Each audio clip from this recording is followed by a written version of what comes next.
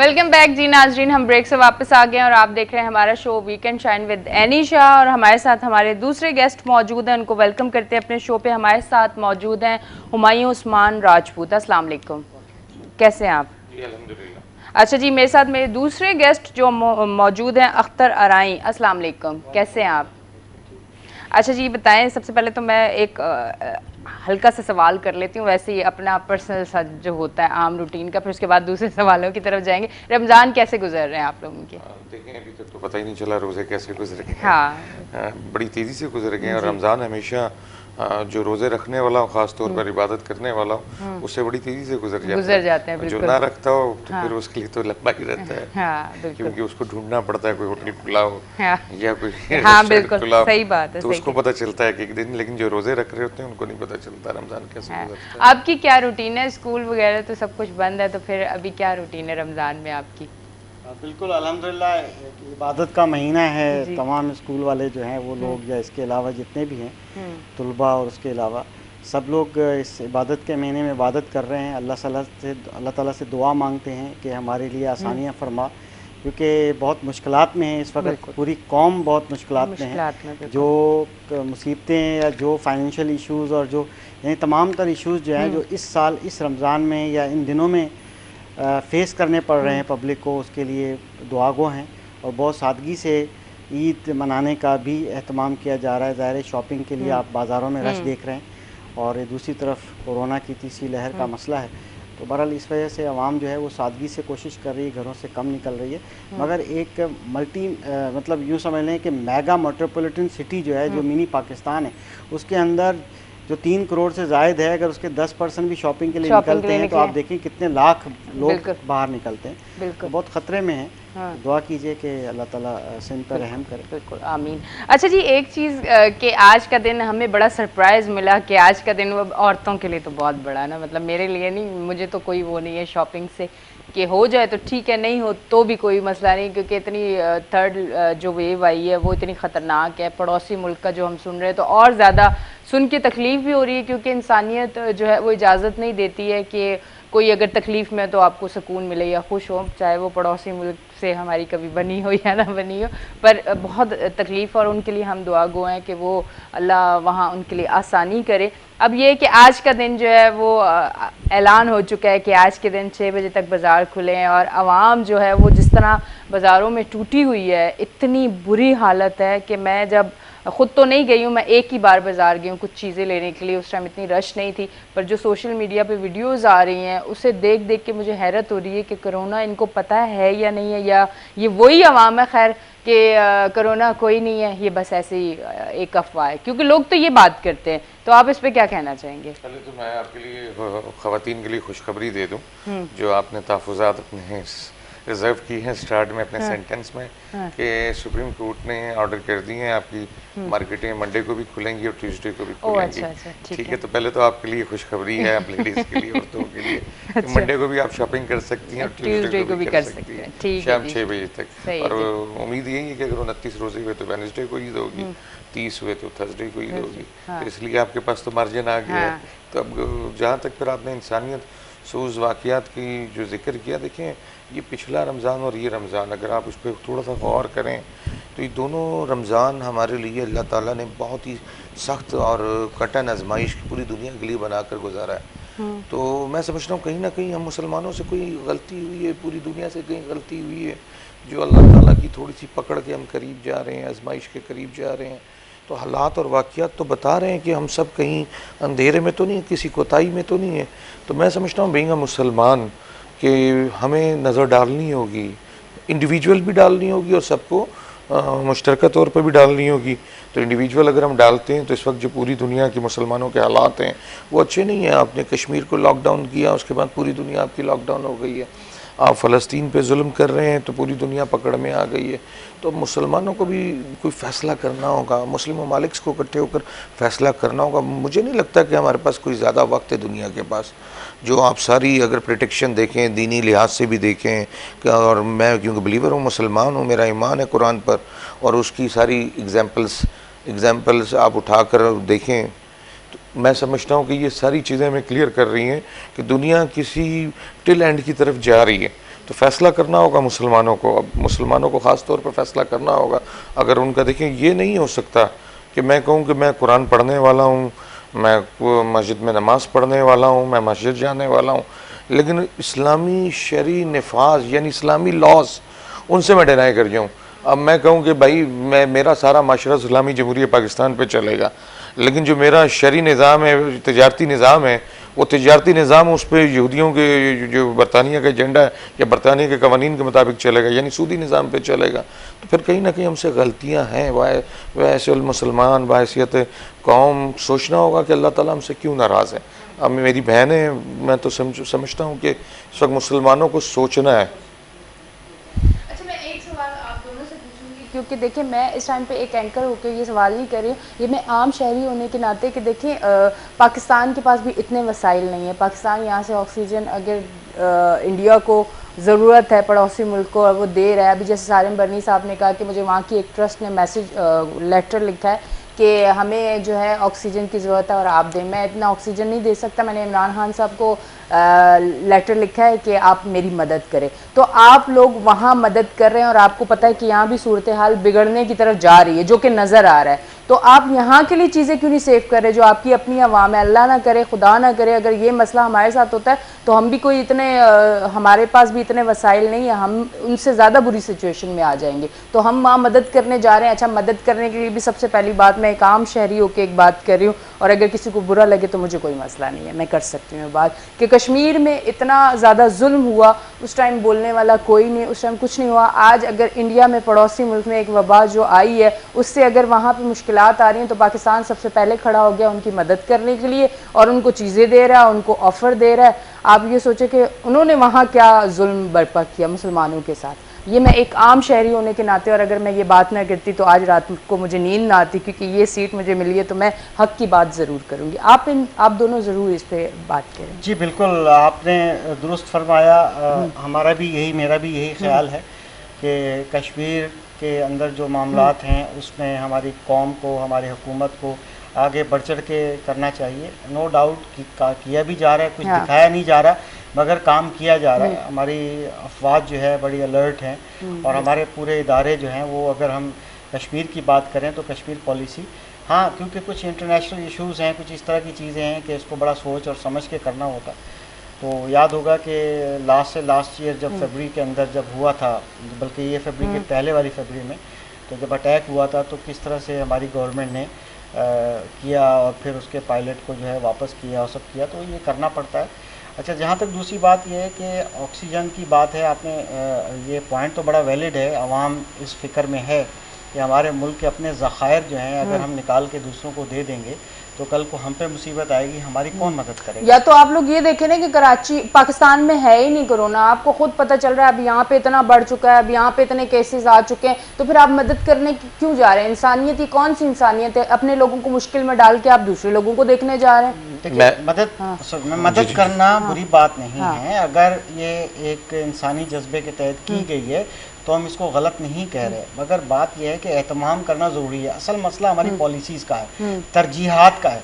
आपने देखा कि हमारे ज़ख़ीरा गंदम का था, जैसे ही पीटीआई की गवर्नमेंट आई तो इन्होंने गंदम जो है वो ये सोचे समझे कि हम फूड सिक्योरिटी के लिए हमारे अवाम को भी फूड चाहिए, तो उन्होंने गंदम एक्सपोर्ट कर दी। बाद में गंदम का बहरान हुआ। इसी तरह से ऑक्सीजन का भी डाउट है।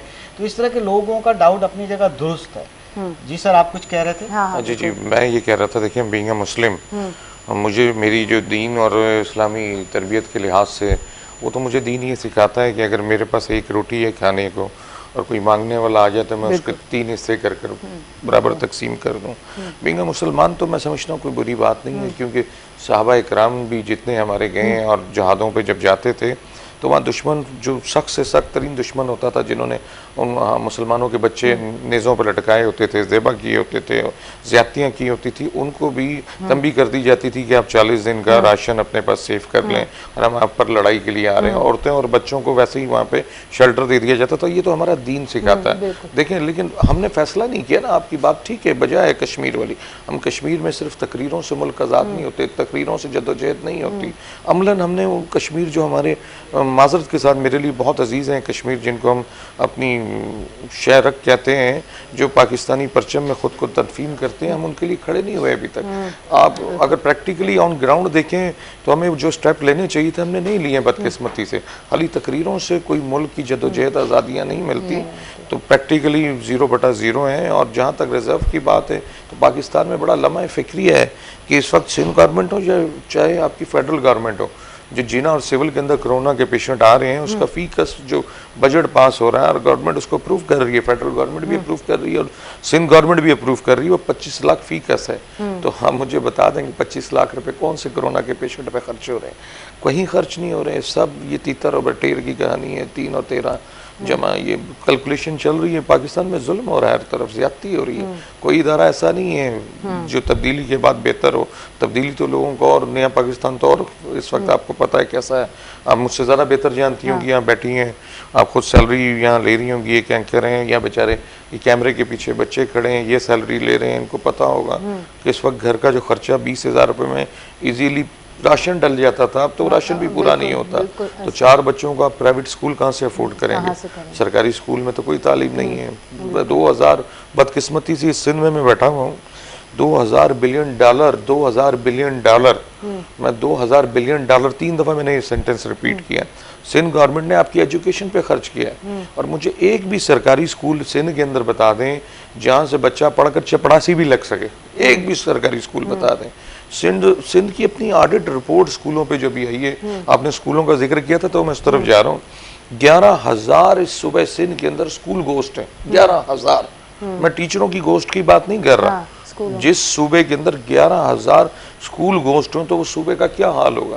फिर आपकी अपनी जो आपके सर्वे रिपोर्ट्स हैं और जो पाकिस्तान कहता है कि हमारे पास 3 करोड़ बच्चे हैं पूरे पाकिस्तान में जिन्हें स्कूल में होना चाहिए, जिनकी उम्र है और वो स्कूलों में नहीं है, तो मैं समझता हूँ कि वो रिपोर्ट गलत है।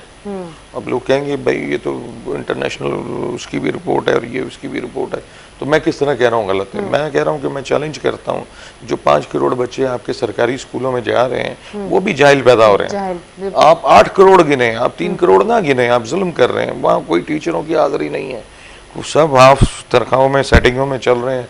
प्राइवेट स्कूलों में पढ़ा रहे हैं, सब जो सरकारी स्कूलों से भी तनख्वाह ले रहे हैं। ट्यूशन सेंटर भी अपने खोल कर बैठे हुए हैं। पाकिस्तान में इमरान खान साहब की हुकूमत आने से पहले तो नारा था कि तालीमी मियार, तालीमी निज़ाम एक कर देंगे पूरे पाकिस्तान में। 2.5 साल में मुझे किसी एक, मैं सूबे की बात नहीं करता, मैं कहता हूँ कि किसी एक शहर में मुझे बता दें कि उन्होंने एक कर दिया। वो प्राइम मिनिस्टर हाउस तो मेरी आंखें तरस गई हैं देखने के लिए कि कब यूनिवर्सिटी बनती है। वो गवर्नर हाउस तो मेरी आंखें तरस गई हैं कि मैं देखने के लिए कब वो लाइब्रेरी में कन्वर्ट होते हैं। तो सब देखें, सब एक चूं का मुरब्बा है। मैं समझता हूँ इनसे पूछते हैं, आपके पास बैठे हैं, बड़ा अच्छे तरीके से जवाब देंगे जी। नहीं, बिल्कुल सही है, क्योंकि मैं ऑल पाकिस्तान अच्छा, यहाँ पे अभी हमें ब्रेक, यहाँ पे मैं अचानक ब्रेक आ गई है क्योंकि अब ब्रेक आ जाए, आपको पता लाइव है, मसला हो जाएगा। और अगर आप कहीं जा रहे हैं और सामने गाड़ी आ गई तो वहाँ भी ब्रेक लगाना लाजिम, समझे, ये वही वाली ब्रेक है। ठीक है, ब्रेक से वापस आके डिटेल में आपका जवाब लूंगी। जी नाज़रीन, देख रहे हैं आप हमारा show weekend shine with Anisha. लेते हैं एक छोटी सी ब्रेक, मिलते हैं ब्रेक के बाद।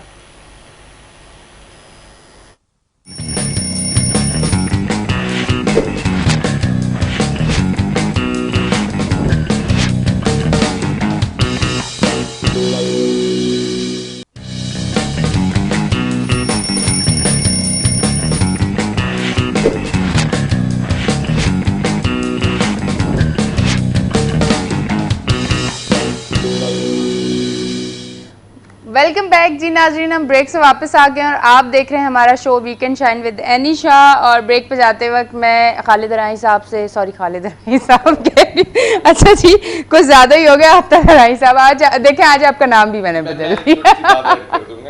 आपने ब्रेक पे जाने से पहले कहा था कि ब्रेक पे जाना जरूरी है, गाड़ी में बैठकर ब्रेक लगाना भी जरूरी है। लेकिन मैं समझता हूँ जब मॉर्निंग शो पे आना हो तो ब्रेक से पाँव हटाना भी जरूरी है। बिल्कुल जी। अच्छा जी, आप बताएं, जवाब मैं आपसे रही थी और जवाब का जैसे ही हुआ तो वो आपको पता, फिर ब्रेक आ गई। अब आप जी बिल्कुल, सर ने एजुकेशन पे बात की, बड़ी इम्पोर्टेंट बात है। कुछ फंडामेंटल राइट्स होते हैं अवाम के। हमारे मुल्क के अंदर 25 आर्टिकल जो है वो बेसिकली वेलफेयर आर्टिकल है, जो 25A के मुताबिक जो है वो 16 साल तक का जो बच्चा है उसकी जो तालीम है वो गवर्नमेंट की जिम्मेदारी है, मगर क्वालिटी एजुकेशन उसमें लिखा हुआ है। ऐसा नहीं है कि सिर्फ फिल इन द ब्लैंक्स करना है, स्कूल बना देने हैं और उसमें गाय भैंस बकरी भी आ जाए आ और जाए बच्चा तो। भी आ जाए, जो भी आ जाए, इस तरह का बिल्कुल। नहीं है। Quality education is very important.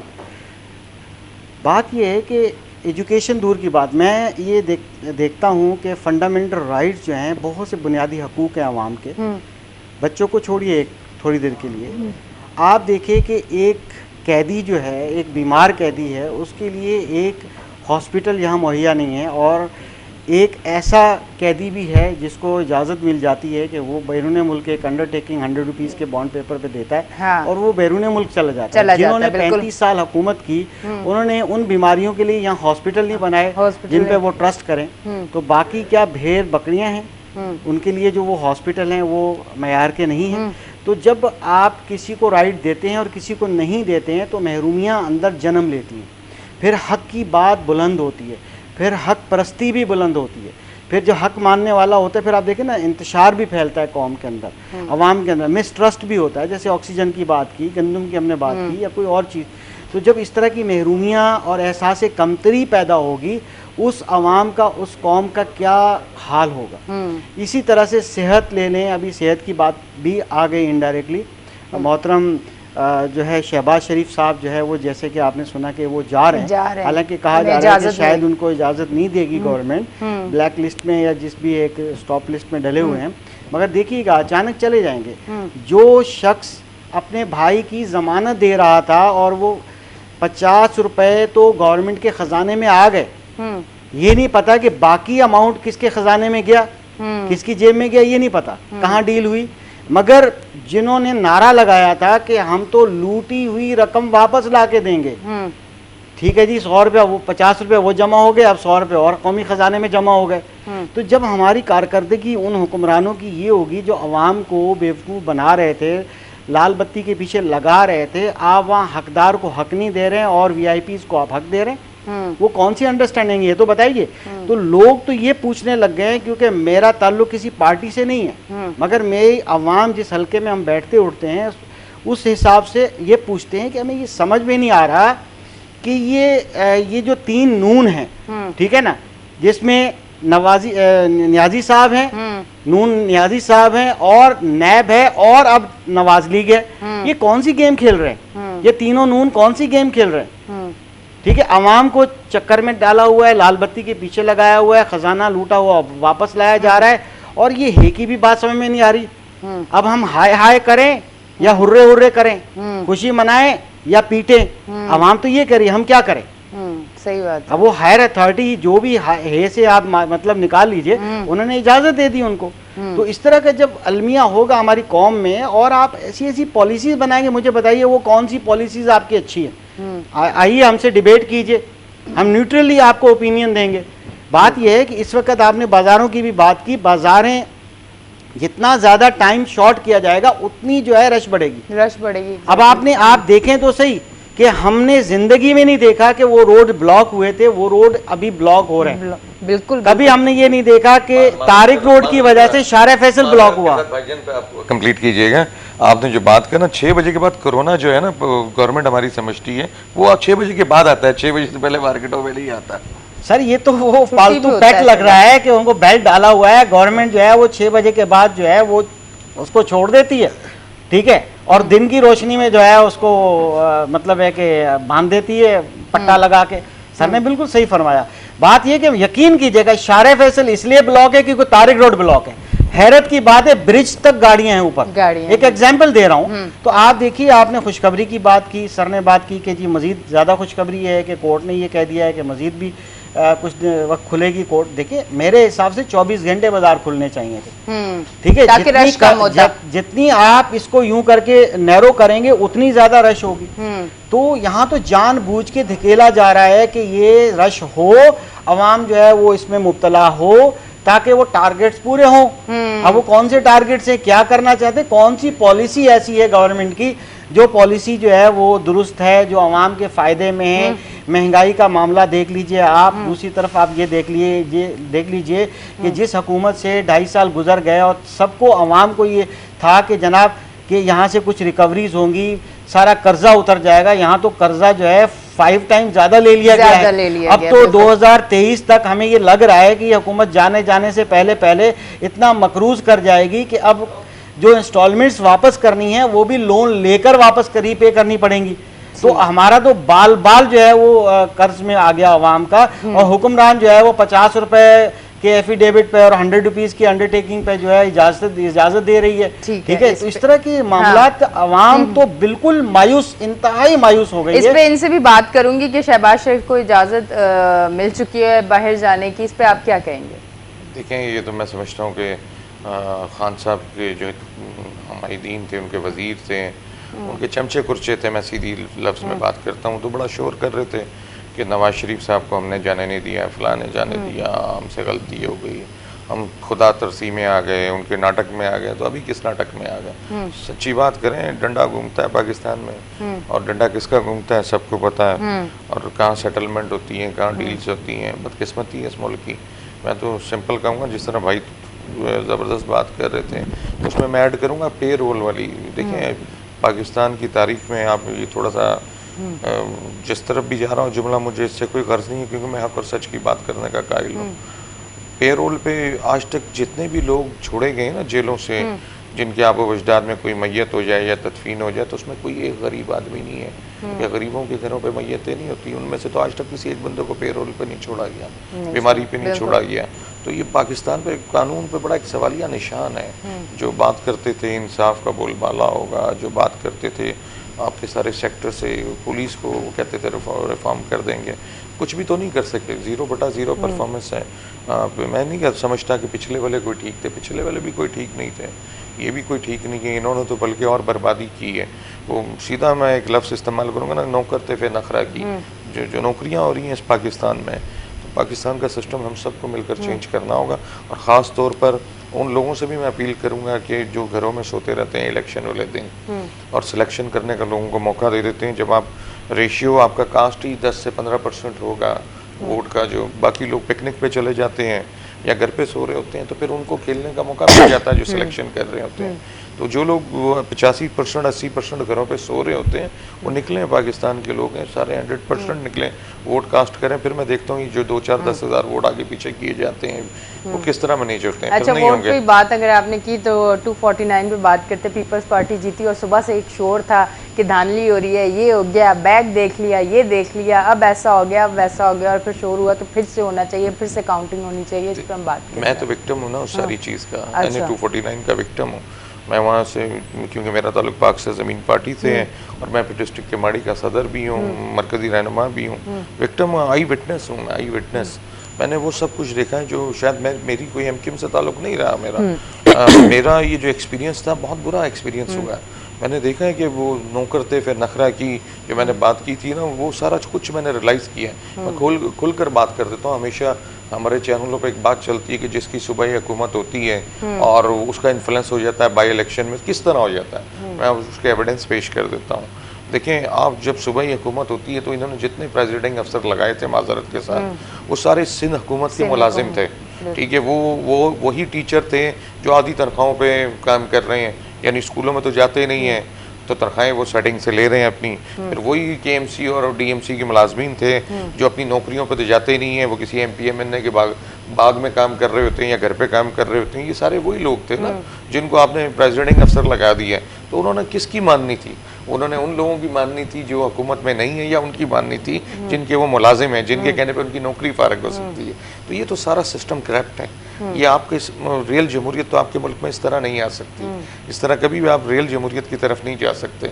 तो मैंने अपनी आंखों से देखा है कि वहाँ पे जो बॉक्स खोले गए, मुझे नोटिस आया बकायदा इलेक्शन कमीशन का, जो काउंटिंग के लिए मैं गया वहाँ पे, तो किसी बूथ पे जो आप बॉक्स ला रहे थे कोई सील नहीं है। तो कहाँ गई भाई उनकी सीलें? आप मुझे बगैर सील के डब्बे ला कर कहोगे मैं काउंटिंग कर लूँ बैठ कर, मैं तो नहीं करता। हम तो बाइकआउट करके बाहर निकल आए ना, मैं कैसे काउंटिंग कर लूँ? फिर आप देखिए, मेरा अंगूठा है ना, मैं बड़ा हेल्दी हूँ, मेरी सेहत बड़ी अच्छी है, तो मेरा अंगूठा जो है 1 इंच के अंदर है। तो वहाँ पे तो मैंने देखा कि 2-2 इंच के, 3-3 इंच के, 1.5 इंच के अंगूठे लगे हुए। मैंने बोला ये तो पाँव के अंगूठे हैं जनाब। मैंने उनसे कहा इनका फॉरेंसिक करवाएं। वो कहते हैं जी आप मजाक कर रहे हैं। मैंने कहा मुझे किसी इंसान का बताएं कि 2 इंच का अंगूठा होगा और वो लगा होगा बोर्ड के ऊपर। वो बोला जी नहीं ये तो चलेगा, अब हम फॉरेंसिक नहीं करवा सकते। मैंने कहा चेक करेंगे सईद गनी के ना निकल आएंगे फॉरेंसिक में। खुदा मैं आपको हकीकत बता रहा हूँ। आप इतना भौंडा मजाक है पाकिस्तान के अंदर इलेक्शन, कि मैं तो ये समझ रहा हूँ कि लोग इंतशार की तरफ चले जाएंगे। ये उन लोगों को भी सोचना चाहिए जिस तरह के भोंडे इलेक्शन इस पाकिस्तान में करवा रहे हैं। एक सिंगल इलेक्शन हैंडल नहीं कर सकता इलेक्शन कमीशन बाई इलेक्शन में, तो पूरे पाकिस्तान का फिर किस तरह मैनेज होता होगा? तो कुछ नहीं हैंडल होता होगा। तो मुझे तो अंदाजा हो गया, अगर इसी तरह के सिस्टम से आपने इनकलाब लेके आना है तो नहीं आएगा, फिर ब्लड शेड आएगा जो भाई बात कर रहे थे, फिर इनकलाब आएगा, फिर लोग जिहाद की तरफ जाएंगे। देखिए जिहाद फर्ज हो चुकी है मेरी नज़र में। जब आपकी कुरंगी में एक माँ अपने 3 बच्चों को, 5 साल के, 7 साल के, 9 साल के बच्चे को तकिए से सांस घोट कर मार दे और उसके बाद खुदकुशी कर ले और कहे कि मेरी रोटी के औस मेरे साथ जो किया जाता था मेरे बच्चों की, मैं वो बर्दाश्त नहीं कर सकती थी, तो जुल्म है। वो मेरी माँ थी, मेरी बहन थी, मेरी बेटी थी। तो इंतशार बढ़ चुका है माशरे में। ये हुकूमतों को भी सोचना चाहिए, इनके अपने घर महफूज नहीं रहेंगे। जो इस पाकिस्तान को लूट रहे हैं, जो वक्ती तौर पर हुक्मरान बनकर सिंध में बैठे हों, फेडरल में बैठे हों, लोग इनके घरों में जाकर इनके घरों से निकाल कर इनको मारेंगे। वो वक्त दूर नहीं है अगर इन्होंने होश के नाखून नहीं लिए, और उन लोगों ने भी होश के नाखून नहीं लिए जो सिलेक्टर बनकर बैठे हुए हैं। खुदा के वास्ते ये रीढ़ की हड्डी है कराची पाकिस्तान का रेवेन्यू इंजन है, रेवेन्यू इंजन है, इस वक्त हब है। पाकिस्तान को 70% रेवेन्यू कमा के दे रहा है, सिंध को 90% रेवेन्यू कमा के दे रहा है। आप एक अखबार में इश्तिहार लगाते हो, इश्तिहार में लिखते हो कि कराची का डोमिसाइल वाला बच्चा इसमें अप्लाई ना करे। ये जुल्म है, ज्यादती है। कराची का बच्चा सिर्फ उर्दू स्पीकिंग नहीं है आज, कराची का बच्चा मिनी पाकिस्तान है, पंजाबी भी है, सिंधी भी है, हजारेवाल भी है, पख्तून भी है। ये ज्यादतियां पूरे पाकिस्तान के साथ कर रहे हैं। ये सिर्फ आप ओबलाइजमेंट देखें, वो भी मेरे भाई हैं। आपने कौन सी दूध की धारे बहा दी है? कल बिलावल भुट्टो से सवाल हुआ है ना लाड़काना में, साफी ने, जिससे वो प्रेस कॉन्फ्रेंस से उठ के चला गया, उसने कहा बताएं लाड़काना के अंदर कौन से अस्पताल में एक्सरे मशीन है? आप दावे कर रहे हैं आपने लाड़काना में नहीं दी, कौन से अस्पताल के अंदर डॉक्टर है? बिलावल भुट्टो से सवाल हुआ है, कौन से अस्पताल के अंदर दवाइयां मिल रही हैं? उसने प्रेस कॉन्फ्रेंस जोड़ी, ये गया वो गया। जब तक ये भुट्टो नहीं मरेगा ना सिंध से, ना रोटी मिलेगी, ना कपड़ा मिलेगा, ना मकान मिलेगा। खुदा के वास्ते पूरी कौम को सोचना चाहिए। सिंधी मेरे लिए काबिल इज़्ज़त है, मेरे भाई हैं और मैं खुद सिंधी हूँ। मैं समझता हूँ उनको भी अब अकल करनी चाहिए। सिंध में मेरी बच्चियों के पाँव के नीचे जूती नहीं है, उनके सर पे दुपट्टा नहीं है, उनके पास मकान नहीं है, कुत्ते उनको काट रहे हैं उसके लिए वैक्सीन नहीं है, उनके पास तालीम नहीं है, वडेरों की निजी जेलें बन गई हैं, वडेरा शाही पूरा वडेरा कल्चर पूरे पाकिस्तान पे काबिज हो गया। ये क्या है खुसरो बख्तियार, जहांगीर तरीन, ये क्या है आटा स्कैंडल, चीनी स्कैंडल। मैं तो करंट हुकूमत फेडरल की भी बात कर लेता हूँ ना, कोई ये समझ रहा हूँ कि मैं सिर्फ सिंध हुकूमत को तनकीद का निशाना बना रहा हूँ। ओवरऑल आपका जो इम्पैक्ट बन चुका है इस वक्त पाकिस्तान का, वो अच्छा नहीं बन रहा। तो अब लोगों को सोचना चाहिए, जब इंतशार बढ़ेगा ना, देखो ये बच्चा जो बैठा है ना सामने कैमरे के पीछे, ये 20,000 रुपये में अपने 4 बच्चों को स्कूल नहीं भेज सकता। बिल्कुल। ये 20,000 रुपये में अपने घर में अगर कोई बीमारी आ जाए तो किसी प्राइवेट अस्पताल में नहीं ले जा सकता, क्योंकि सरकारी अस्पताल में तो इलाज ही नहीं है, दवाई नहीं है। तो ये खाना पूरा नहीं कर सकता, एक मकान का किराया पूरा नहीं कर सकता। तो ये किस तरफ जाएगा दी एंड? ये दी एंड जाएगा, पिस्तौल उड़ाएगा, मोबाइल किसी का छीनेगा। बंदा मजबूरी में क्या नहीं करता? अगर मोबाइल छीनते भी या तो उसको गोली मार देगा या खुद गोली खा लेगा। इस असना में गोली नहीं भी खाई तो पकड़ा जाएगा, पुलिस ले जाएगी। फिर हमारा थाना कचहरी कल्चर जो है, खुदा अल्लाह दुश्मन को भी उससे बचाए। मैं कहता हूँ तबाही और बर्बादी के दहाने में पहुंच चुका है। तो वो खुदा का खौफ करें। अगर ये अल्लाह की आजमाइशें जो पकड़े आ रही हैं, ये जो मैं आपसे कह रहा था कोरोना की सूरत में, तो दूसरी सूरतों में भी आएंगी अगर हमने होश के नाखून नहीं लिए। बिल्कुल। तो मैं तो अपील करता हूँ आपके तवस्सुत से कि होश के नाखून लें सारे। बिल्कुल जी। अच्छा, आप क्या कहना चाहिए? मैं गैर सियासी थोड़ा सा वर्जन दे देता हूँ इसी मौजू पे, क्योंकि सर की तो ताल्लुक एक पार्टी से है। तो हम तो आवाम से ये देख सुनते हैं कि वो ये कहती हैं कि ये जितने भी सियासतदान इस वक्त मौजूद हैं, इन्होंने अपनी बारी ली है। किसी ने 5 साल की ली है, तो किसी ने 15 साल की ली है, किसी ने जो है 20 साल की, किसी ने 30 साल की, बारी सबने ली है। ठीक है, ये इलेक्टेबल लोग हैं, ये आते रहते हैं। इनसे ये भी तो सवाल किया जाए कि आपने वोटरों को ये एतमाद दिया कि वो वोट देने के लिए घर से निकलें। अभी वही NA जो 249 की एग्जांपल ले लें कि आपने एक वोटर निकाल ही नहीं पाए। ठीक है, जहाँ तक सर ने बातें की वो ठीक है अपनी जगह पर, मगर मेरा गैर सियासी वर्जन ये है, अवामी वर्जन ये है कि अवाम कहती है हम क्यों निकलें, हमें तो किसी से उम्मीद ही नहीं है। एक उम्मीद थोड़ी सी जागी थी, एक डुगडुगी बजाई थी नए सियासतदान ने और सबको मजमा लगाया था, बड़े जो है भंगड़े डाले गए थे, मगर उसके बाद मिला क्या? कराची जैसे शहर में जो इतना बड़ा रेवेन्यू देता है, जैसे सर ने कहा एवरीवन नोज, पूरे पाकिस्तान को फीड करता है, उसको आपने एक मेट्रो तो वहाँ चला नहीं सके आप, पानी तो वहाँ दे नहीं सके आपने 2.5 साल में दिया क्या है? वो क्यों निकले वोट डालने के लिए? इतनी नाउमीदी हद से ज़्यादा बड़ी बात है। अब दूसरी तरफ आप ये देखें पॉलिसीज, अब आप देखें कि एक, क्योंकि सर ने कहा कि ये मिनी पाकिस्तान है, बिल्कुल मिनी पाकिस्तान है, कि कोविड से बचने के लिए यहाँ पर इंतहाई ज़्यादा हालात ख़राब भी हो सकते हैं, और बचने के लिए अगर गवर्नमेंट जैसे बाज़ारों का टाइम बढ़ा देते, चीज़ों का टाइम बढ़ा देते, तो इतना क्राउड जमा ना होता। अब आप ये देखिए कि एक दिन मौजूद है कि ट्रांसपोर्ट बंद की जा रही है, खुदा न करे कि जैसे कि पड़ोसी मुल्क में ट्रेनों का हाल होता है कि लोग छत पे बैठे होते हैं, या जब हमारा पाकिस्तान और इंडिया बना था उस वक्त किस तरह से लोगों ने ट्रैवल किया था। अब आप स्टेशन पे जाके तो देखें, बसों के अंदर जाके तो देखें कि अगर एक बस के अंदर 48 लोग बिठाने की गुंजाइश है तो वहाँ पर फोल्डिंग सीट और क्या छत पे आगे पीछे और डबल डबल किराए लिए जा रहे हैं। इतना आपने टाइम महदूद कर दिया कि इस मिनी पाकिस्तान से अब अपने आबाई गांव में ईद मनाने या कोविड से 4 दिन बचने के लिए जाना चाहते हैं 10 दिन के लिए, वो कैसे सफ़र करें, कैसे सफ़र करें? आप कर क्या रहे हैं? आपने वो कौन सा काम सीधा किया है? ये तो तमाम सियासी पार्टियों से सवाल है आवाम का कि जो जो जिस वक्त आया उसने क्या क्या दिया। बाद में तो बड़ी तनकीद होती है, बाद में तो जो कुर्सी पे बैठ जाता है उसके 4 पाँव होते हैं उस कुर्सी के, आप 40 लोग उसको खींचने वाले होते हैं, उसको गिराने वाले होते हैं। वो 2.5 साल बैठ के कुर्सी को पकड़ के बैठा होता है कि मैं इससे बच जाऊं। तो आप टाइम किल कर रहे हैं, पैसा किल कर रहे हैं। क्या किया? क्या किसने? कुछ भी नहीं किया, बातों के सिवा और कोई, यानी लोग तो कहते हैं ये सब ड्रामेबाज है। मुख्तसर ये है कि आवाम की ये है कि खुदारा आप हमें हमारी ऐसी पॉलिसीज बनाएं जिसके अंदर ऐसी पॉलिसीज बनाएं जिसके अंदर हमें फायदा हो। रह जाएगा। बिल्कुल सर, प्लीज। देखिए भाई ने जो बातें की सब बातें बहुत प्यारी हैं, लेकिन इसका देखिए मेरी तो पार्टी अभी तक आई नहीं, आएगी तो इंशाल्लाह हम डिलीवर भी करेंगे। मेरे चेयरमैन थे, उन्होंने डिलीवर भी किया। कराची टॉपर्स उस वक्त दुनिया में रैंकिंग में आया था, सबको पता है। नोस देखिए मैं ही समझता हूँ कि अगर टीवी टॉक शो में हम हुक्मरानों को और बद किरदार लोगों को गालियां देकर सो जाएंगे कि सुबह सब मरे हुए मिलेंगे, सुबह अच्छा मिलेगा, कुछ भी अच्छा नहीं मिलेगा। लोगों को बाहर निकलना होगा, बाहर निकलना होगा, वोट डालना होगा, सबको निकलना होगा। फैसला इसी तरह होता है और फैसला इसी तरह बेहतर से बेहतर फैसला होता जाएगा। ठीक है जी, बहुत बहुत शुक्रिया। शो का टाइम जो है वो अब बिल्कुल नहीं बचा, वरना मैं ज़रूर आगे भी जवाब सुनती। बहुत बहुत शुक्रिया आप हमारे शो में आए। जी नाज़रीन, आप देख रहे थे हमारे show weekend with Anisha. Saturday Sunday 9 से 11 मैं आपके साथ होती हूँ। कल फिर हाजिर होंगी। अपना बहुत ख्याल रखें, खुश रहें, आबाद रहें। अपनी होस्ट एनिशा को दें इजाज़त। कल फिर मिलते हैं। अल्लाह हाफ़िज़।